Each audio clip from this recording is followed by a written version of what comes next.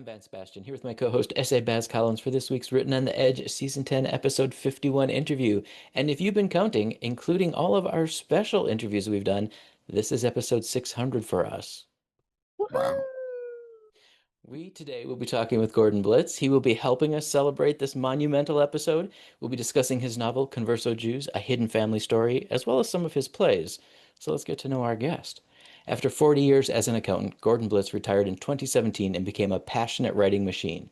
As a senior LGBTQ plus man, he has a unique perspective on the many facets of being LGBTQ plus for the last 50 years. He is a multimedia creative artist, novelist, playwright, and performer. A Homeless Thanksgiving had a reading in 2025 as part of the Talking It Out Festival at the Spit and Vigor Black Box Theater in New York City. Gordon, welcome back to the show. Thank you. This has been great. Returning home. Returning home. That's right. We have a couple things to ask about before we dive into the new novel. Sure. So, your play, Caged, made a trip to Hawaii and won something. Tell us about that. Well, so I'm at home or whatever, and I get this call and it says Honolulu. And I thought, well, maybe this is a scam. I don't know anyone in Hawaii. And so they tell me that I've won, that they have this uh, once a month go write a play. They give you a theme. Hmm. You write, it's usually like a 10-minute monologue. And so I had won, and I was flabbergasted because normally, I mean, I've done like 500 submissions, and so I'm constantly getting rejection things almost Yeah. every day. But usually, if I do win something or something is accepted, usually just get an email. But to actually have someone call all the way from Hawaii Wow. was quite thrilling. And then they were giving me $100, and I was just so thrilling. It was just another milestone, and the play, the prompt was to write something about an ICE agent who was investigating other ICE agents, Nice. a kind of, like Bubble kind of, internal yeah, affairs. yeah. So my twist was to make him gay. And so it worked out very well because this whole thing about hiding, and hiding his sexuality and he's Latino from his Latino family. So it really came across very well. And so I'm very proud of that. It's funny about these solo monologue things that I write because I don't like seeing them, but it's fun to write them. And so anyway, that's all. Well, and speaking of that, you also wrote one that speaks to what this show supports in terms of supporting our trans siblings. You wrote a monologue called Transplant. How's that been doing? Yes, that was wonderful. That was part of this. It's called 321 Trans. It was done in Chicago. They had, I guess, 321 short pieces related to transgendered. And I'm not trans. You either be a friend of a transgendered or, Right, or right. Hmm. and so it ran for like 11 hours one day. I have the video of it, of my section. So yeah, it was. I'm kind of surprised that I'm able to get into the heads of these different. Well, I guess that's why I'm a good writer. If I have to brag that it's funny how with novels and other things, people will say, "Oh, Gordon, is that about your real life? I didn't know that about you." And I tell them, "No, it's my creative mind Yes, going, I'm a vivacious black woman. yes, these crazy things." So Well, anyway, that's all it takes is the spark of one thing in our lives to create this whole universe in our heads. definitely, I do obviously steal from whoever I meet and my husband and the things that are going on, and he'll say things like, it's nothing private, so anyway, Oh, no, I was going to say, did you have any other monologues or awards that you wanted to tell us about before I ask about your novel? um, n well, another thing that I've been working on is I take a lot of classes. A woman in one of my emeritus classes, I guess she knew I was a writer. She says, "Gordon, I've got 20 pages of my life story. Can you do something with it?" So this was a first. So I actually did that and I wrote a monologue. So this was getting in the head of a 70-year-old Jewish woman that had lost her child at when he was 9 years old to a cement truck or whatever ran over him in Chicago. And so yeah, this was very different to write from that viewpoint. So yeah, so that's one of the other things that I'm very proud of trying to, submit that and push that. That's awesome. Well, let's talk about Converso Jews, a hidden family story. Yeah. Your novel S- releases this coming week, right? Yeah. It's yeah, it's just been published Hmm. and it really I feel like it's my best work. It's historical fiction and it's so much work involved with, researching. It's different from obviously from a regular novel. Hmm. And my editor that I work with, Michael Main, when he was looking at it, he would always be saying, Gordon, we're going to have to cut this because it felt or like it was just something that I had to include because I spent so much time researching it. So the finished product is wonderful and it doesn't feel educational. It feels very entertaining. Um, it takes, it flips between, I was just about to ask about this. Yes, the yeah, medieval storyline.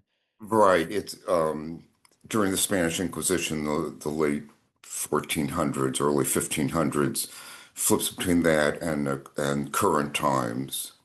And Converso Jews are Jews during the Spanish Inquisition that had to convert to Catholicism or they'd be killed. And the it's in Spain. It's obviously Spanish, Latino people, and even though they converted behind the scenes, they kept some of their traditions and rituals going, and generations and generations would keep these traditions going, and eventually, no surprise, is that people had no idea why they were doing these things you know, Hmm. not eating pork and burying their dead, 2 days after someone died, things that typical a Christian or would not do. So I bridge those two eras today and a Latino family in the present that's questioning um, whether they have any Jewish blood in them. Did some of these traditions get handed down to them? Yeah, Okay. yeah, and and then it's a love story. It's about uh, a 40-year-old Jewish man, Isaac, who falls in love with a 25-year-old the Latino guy, and they meet at a temple, and and that's the family that's questioning. Well, first of all, when they find out the son is gay, they almost disown him. And when they find out that he's considering converting to Judaism, they're thinking they don't know which is worse, that he's gay or that he's denying their religion. And and then in the course of the novel, they're in New Mexico on a vacation, and they meet other people that keep up certain traditions, lighting candles on a Friday night. And so anyway, so that's I don't want to give away too much more, but that's pretty much where the novel goes. And I really I'm very proud of it. And I like the fact that it deals with gay and lesbians hiding their sexuality, comparing it to The Jews that Jews. had to hide their religion. Right. So Dang, that's a lot in one novel. yeah, yeah. But what a rich My tapestry to pull from. yeah, it was and I think it's something that most people don't know about the Spanish Inquisition. I I think people maybe and actually I'm calling it Converso Jews. A lot of people have changed it to crypto Jews, although I don't. It reminds us of cryptocurrency. I don't know why someone invented that term. My little sci-fi heart just went to cryptozoology, so it went even stranger. Like I went even farther afield. Right, right, right. Um, Huh. um, yeah, and so well, I guess I should tell you that I'm having a special holiday thing on this. It'll be free as an ebook for the next, starting tomorrow, the 19th of December, for about 5 days. And you can go on Amazon and probably it's easiest to just put my name in Gordon Blitz, and then my novels will show up. And this one is one of them. So I have almost, I think, 7 or 8 novels Yeah, that lots of I've good stuff out published. there. Yeah. So, So I just want to do a PSA for our listeners. 5 days from the 19th means that the day this airs on the 26th is your last day to grab it. So if you're listening today, on the day it airs, grab your free ebook. well, actually, now that I'm thinking, because I control that, I can actually have it start on the 26th. Okay. And then run through the new year. Yeah. Okay. I Perfect. think That'd that, You be heard it great. here first. Breaking news. yeah, I'll have to hire you as my publicist. Hey, Bez, have you ever met any Latino families with traditions like that? Uh, No. no, it's interesting because my family actually, I have a godmother who is not blood related, but we all are Latino. But she actually went and spent a good deal of time down in Mexico Oh. at a Russian Jewish community that still exists down there, and they have a whole, like, they were like doing an archaeological dig of a part of the town that had long since been abandoned, and so they were going through trying to find relics and stuff like that. So I know of uh, Jewish presence in Mexico. Hmm. It's just interesting that you're playing with those elements, because there are things deep within the culture that are rooted in Catholicism that I can understand why the family would panic a bit, because it has, you just take Dia de los Muertos, and if you're not following the Catholic faith, then it calls that into question. Then you have relatives say, well, we will lose you, we won't be able to have you for Dia de los Muertos, you'll be, Mm. you can, there's all kinds of cultural things that can fold into that.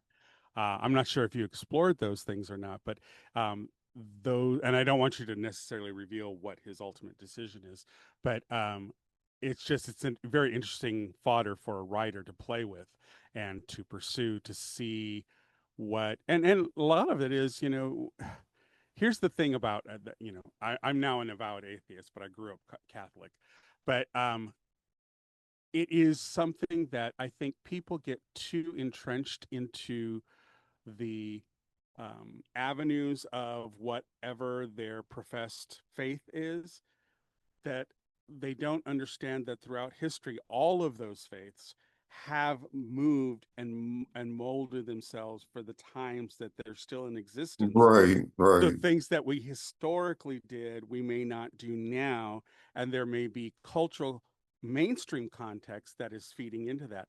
And I think that we sometimes, when you hear something like that, like, I could understand why some Latinos would go, "Oh, I don't know if I'm going to read Mm. that," because you know what I, because they may have preconceived notions of what that could entail, rather than just falling into the story and letting the story tell you what it's about.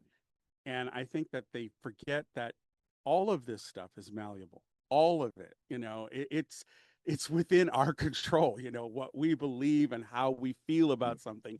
It's all from a personal perspective. Even if you're part of a greater faith community, it's still a personal kind of thing.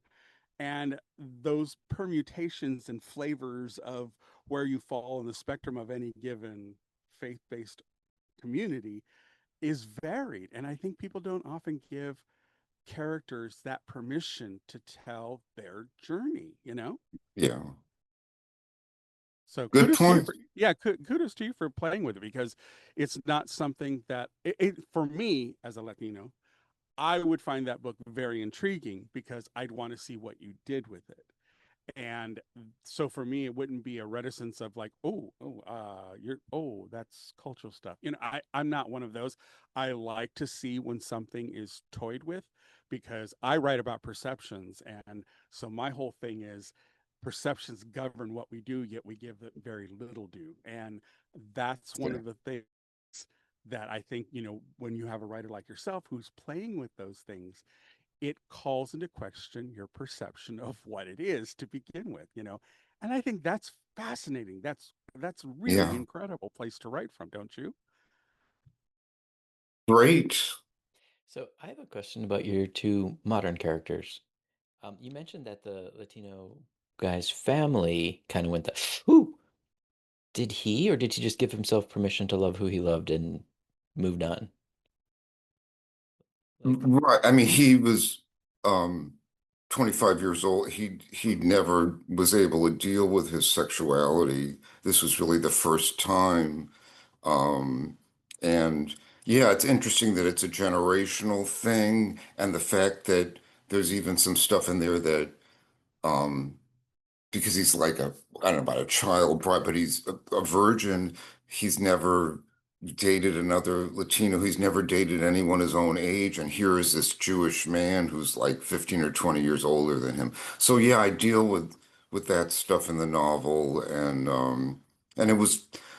it was fun having the Jewish man, teach him about being gay and what it's like, and Judy Garland. So I really had, and then there's a great scene where he's watching the film Chorus Line, and there's a monologue that the character Paul has that he's Yes. a drag queen, and so the young Latino guy, I mean, just bursts into tears when he sees that because he's having He's issues seeing with. himself. He's seeing yeah, a facet of himself. Yeah. Right, right. Yeah, because the character Isaac that wants to, he's doing, Judy Garland or Barbara, he wants to share some gay stuff related to being Latino, and so that's mhm, how that comes nice. up. And you had prepared a section to read for us, right? Yes, I'll read this now. This is takes place in the past, during the Inquisition era. So I'll just read this. Papa Solomon had long ago put in place a plan to save his family. They would become new Christians. First and last names would be changed to prevent any suspicion that they did not embrace Catholicism. Papa Solomon gave Mama Sarah and Jacob's sister Miriam a crash course in Christianity. After he told them the story of the virgin birth of Jesus through to the crucifixion, he explained, "You've got to convince people that you believe these stories, that he was the Son of God, performed miracles, and was resurrected." After this introduction, he told them, "We must privately keep our own faith alive. The only thing we are sure of is that Jesus was born Jewish. But we as Jews believe that there will be a Messiah, but for us, it is not Jesus. I like to think that the Last Supper is like our Passover Seder, and do not think that we will be safe once we convert. We will have to be on guard for the rest of our lives." That's So, beautiful. Like that. um, it was interesting all the stuff that the ways that the Jews had to hide their religion. You know, once a year we have a fast on Yom Kippur, and so what they would do is they would carry toothpicks and show them so that so that people would make sure that they'd been eating, because if they didn't have that, they would think that maybe they had been fasting. So it's amazing how creative survival tactics are. Right. Oh. Um, I wanted to just bring up something else. A good friend of mine, Cy Duquesne, he was a writer on Frasier and Roseanne. He always keeps telling me, "Gordon, you don't have a genre. No one knows exactly What the hell what, you're writing. and it's frustrating. And I do, I mean, for instance, before this, I wrote a sci-fi novel, The Hermaphrodites, Hmm. that takes place, in the future, and hermaphrodites are saving the world, because they have a special gene that prevents them from ever getting any kind of viruses.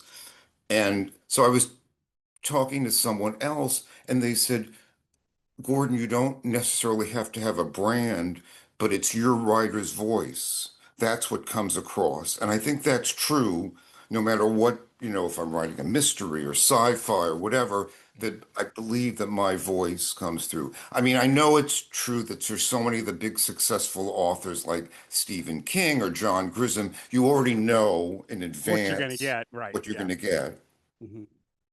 Yeah. So, I think you could fairly safely say that your genre is LGBTQ plus. yes, I guess so. Yeah, Yeah, yeah. I mean, right there. right. That's true. There's always a little bit of an element of that in my work. Oh, Yep. it goes back to the Nathan Lane line. Well, one does want a bit of color.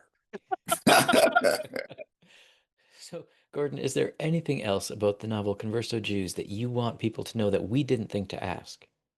No, I think that pretty much covers it. The it, the journey of the character Pablo converting to Judaism. I go into great detail about that, and there's some, yeah. I'm just very proud of the work. I think it really. I'm hoping that will appeal, obviously, to Latino audiences, to Jewish audiences, and to gay and lesbian. So, And with luck, the Christians who actually do embrace their neighbors. right, exactly, Right. Oh, exactly, those. Yeah. right, right. Well, are you ready for our get to know you questions? Sure, sure. Take it away, Okay, Bryce. before we get going with that, just want to put a reminder out there if you like what we're doing here, that we're supporting our fellow creators. If for our community, please like, subscribe, do all of the things. Hmm. Make sure that, if you can, if you're able, we know times are tough for a lot of people. If you're able to help support us, please go to patreon.com/wrote Hmm. podcasts and either do a monthly donation, or we have individual episodes of our reactions that I do with Albert, who lives in Mexico City and Hmm. is gay, and we do reactions to queer media that are up there, and you can buy individual episodes if you're so interested, and that also helps us out.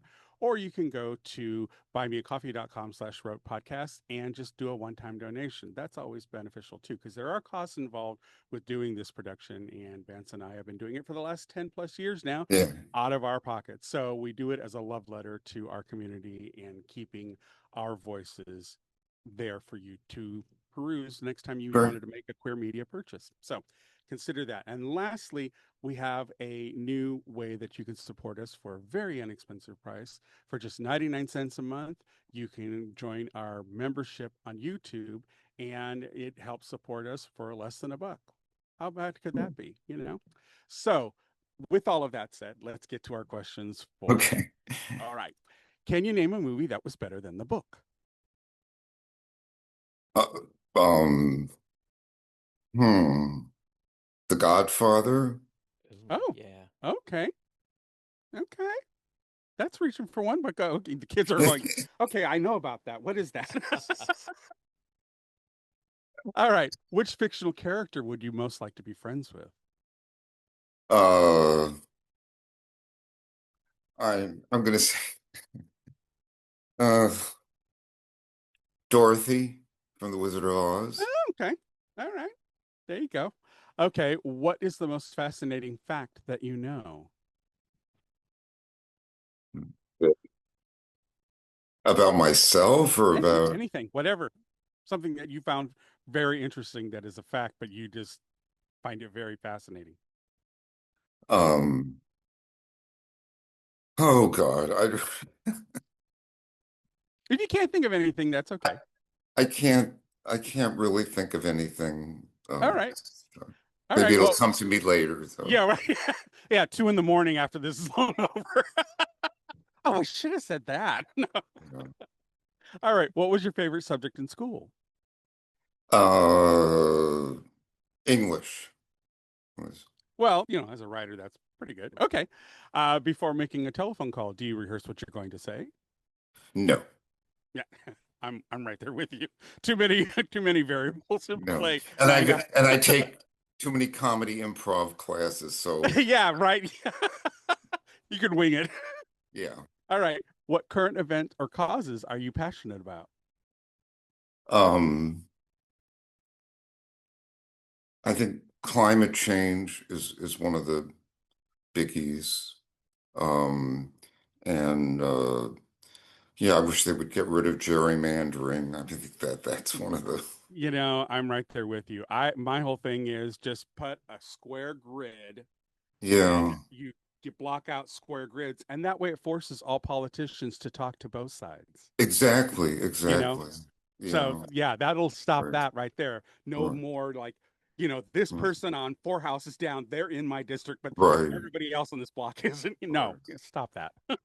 And I do want to do a shout out to I listened to a podcast on KCRW called Left, Right, and Center, and Mm, it's an excellent show because you've got intelligent people on both sides and someone in the middle, and it's one of the only places where there's a real discussion without any high drama. So right. Yeah.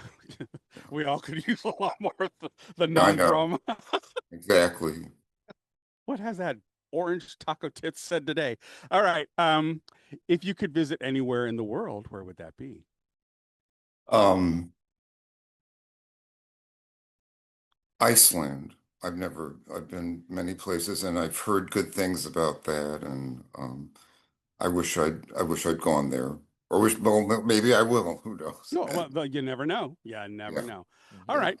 Who, if anyone, was your first celebrity crush? Barbara Streisand. Oh, you get bonus points for that one. I I guess maybe I would no, think of it. I'm right there with you. Although I will say, after her son grew up, I'm like, ooh, what's he doing? Well, yeah.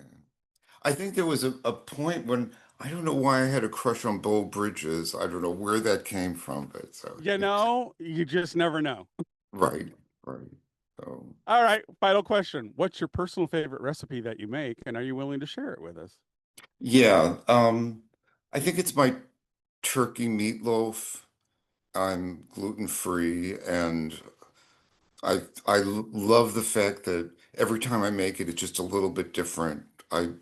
You know, I use brown turkey, obviously, rolled oats. I put craisins in it, Oh, a little bit of marinara sauce, maybe some Parmesan cheese, salt and pepper and garlic, and eggs to hold it together. Mhm. And I like cooking because it's something you can focus on. You're using your hands. I don't get to use my hands well on the laptop, but it just and it's a good feeling. It's a very loving thing, you know. My husband is very good about usually praising my food. So that's good. You know, I've never had a sense of smell, and so I don't get that enjoyment out of food about smelling it, but in fact, in my novels, I try to go out of my way to throw in stuff about how something smells, Oh, even though I have no idea what that would be like. So, um, all right. Well, you made it through the list. Bravo. bravo. So you are a busy guy. What are you currently working on? What do people need to be watching for? well, I've been taking this screenplay writing class group, and so I've been adapting some of my books into screenplays. Very difficult, but the guys on this group are great. They're very smart. They're tend to be younger, and it's just a whole different way of writing because it's so visual. And you know, they'll complain, "Oh, Gordon, it sounds like a playwright," and so I really have to. My brain has to be reconfigured to only think cinematically. Mhm. But I've been enjoying it. It's just something different, and it's nice, and it's not specifically gay or lesbian, and it's just an interesting they've come up with, sometimes they're nitpicky. I did a thing about called the ruby slippers, about someone stealing the slippers so that it would when her sister puts them on, who's she's physically challenged, she's able to walk. And but it was interesting when I read it to the group, and they'll say, "Oh, but this doesn't make sense," and how what genre, again with the genre things, is this Yeah, fantasy, is this science fiction?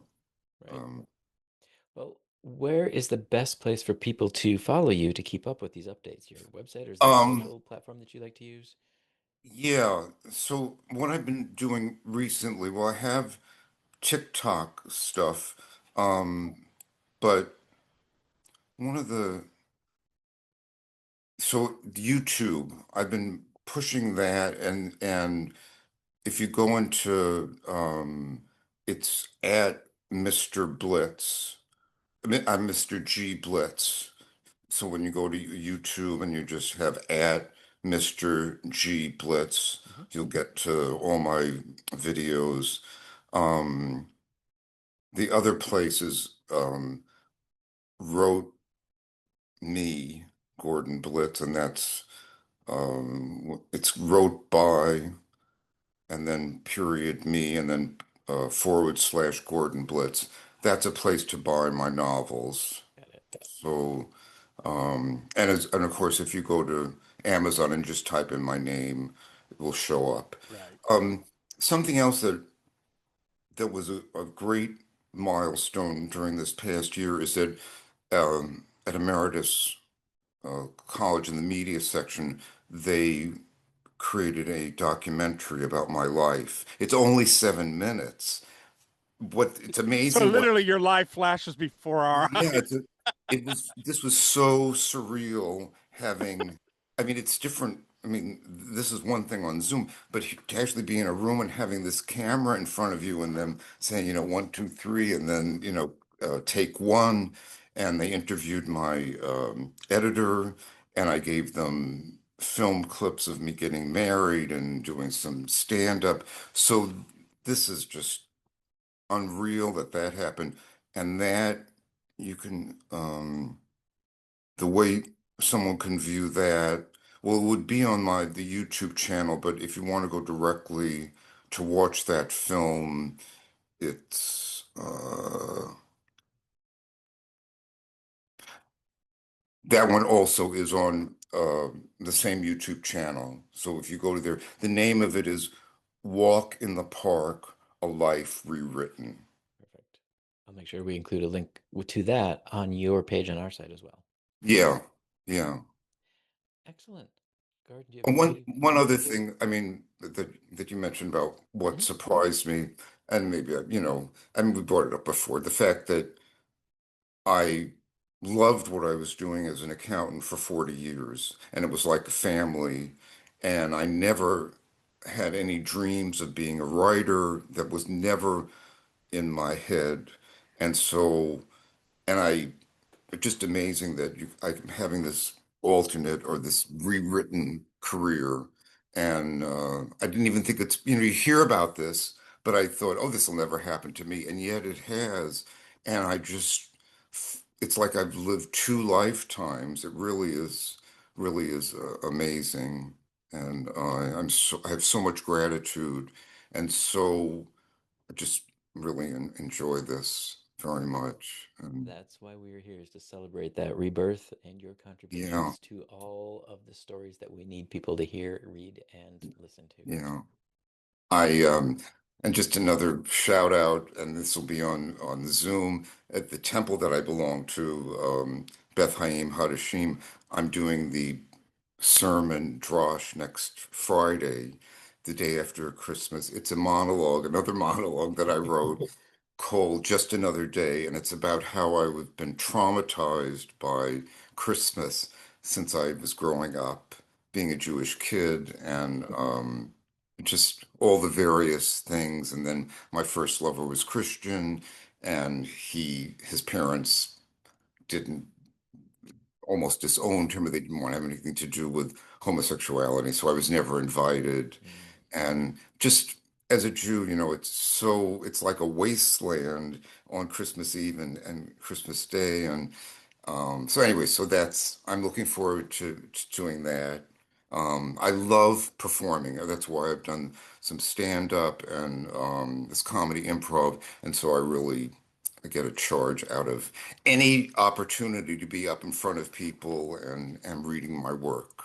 Love So I it. know a you lot and Kathy Griffin are the yes people. Where do I have to be? I'll be there. Okay. yeah. Gordon, do you have any final words of wisdom for folks? Uh, no, I think about it. He's all, haven't I said enough? You've shared a lot of wisdom.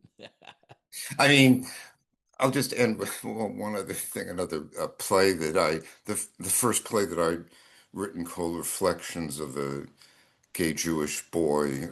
It's unfortunately autobiographical about me meeting this uh, Bible-loving girl and thinking that if I dated her and had sex with her, that it would prove that I was straight, Oh. and she wouldn't let me get near her unless I converted. And I actually went through conversion to Christianity.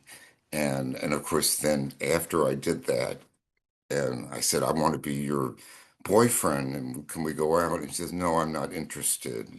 So anyway, um, so that was one of the first plays that I wrote. And then recently I got in my head, what if I changed it around in Reflections of a Teenage Jewish Lesbian? And I was worried at first, would that be the kind of thing that a teenage girl would do, that to convert to Christianity so she could have sex with a boy? And somehow there was reading of it and it really came across. And the actress that was doing it did a great job. It was quite moving. So I was very proud of that. And the rabbi, who's a lesbian from my temple, or the emeritus, she watched and she was approved of it. I feel like, I don't know about appropriating, but the fact that what business do I have writing about lesbians? But I guess I pulled it off, and so that's all that counts. There's your words of wisdom right there. Yes. That part right there. No subject is taboo. There you go. There you go. Well, I mean, if we only wrote what we knew, our books would be very boring. Very, yes. Have an audience of one. Right. Right. All right, folks, we'd like to extend a huge thank you to Gordon Blitz for taking time out of his schedule to join us to share his latest works and for putting those works out in the world. Gordon, thank you so much. Thank you. Bye. We at Written on the Edge are proud to introduce you to new media by queer content creators. If you enjoy learning about new artists or hearing our thoughts on entertainment media, please like and subscribe so you get the alerts for new episodes. Our show was produced by Rogue Ravens Media. For our disclaimers, links to social media, our listen stations, or to sign up as a guest, visit www.roguepodcast.com. Tune in next week for Queer Media Fix. Bye now. Bye.